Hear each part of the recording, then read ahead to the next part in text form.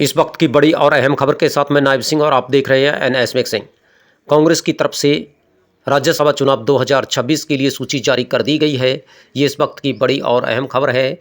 हरियाणा से भी करमबीर बौद्ध राज्यसभा की सूची में शामिल हैं। 6 राज्यों की ये सूचियां जारी की गई हैं।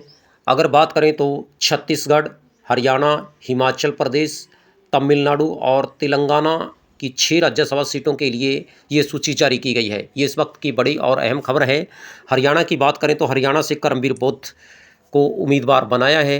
ये इस वक्त की बड़ी और अहम खबर है। कांग्रेस अध्यक्ष श्री मल्लिकार्जुन खड़गे ने राज्यसभा चुनाव को लेकर के ये बड़ा फैसला लिया है।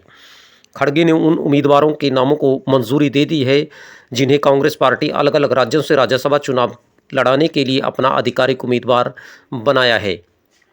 पार्टी की ओर से जारी जानकारी के मुताबिक जिन राज्यों के नाम तय किए गए हैं वे अपने अपने राज्यों से कांग्रेस के उम्मीदवार के तौर पर राज्यसभा चुनाव मैदान में उतरेंगे। अब इन उम्मीदवारों की सूची के बाद राजनीतिक हलकों में चर्चाएं तेज हो गई हैं। सभी की नज़रें आने वाले राज्यसभा चुनाव पर टिकी हुई हैं।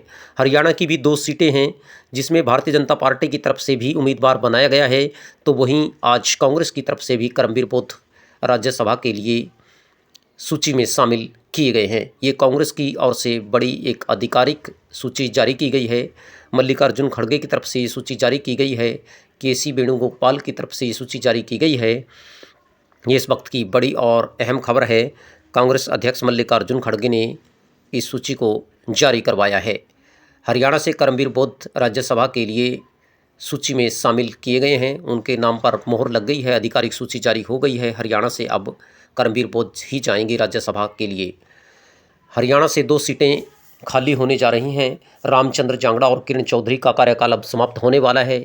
अब इसके स्थान पर करमबीर बौद्ध और भारतीय जनता पार्टी की तरफ से जो उम्मीदवार बनाए गए हैं उन्हें ये सीटें मिलने वाली हैं। लेकिन चर्चाएं चल रही हैं कि आज़ाद प्रत्याशी भी मैदान में उतर सकता है, तो इससे देखना होगा आगे क्या होगा। लेकिन फ़िलहाल कुछ भी इस तरह का निकल करके सामने नहीं आया है। हरियाणा में कांग्रेस और भारतीय जनता पार्टी की तरफ से एक एक उम्मीदवार को उतारा गया है।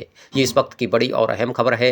हरियाणा से करमबीर बौद्ध राज्यसभा के लिए कांग्रेस की सूची में शामिल है उनका नाम।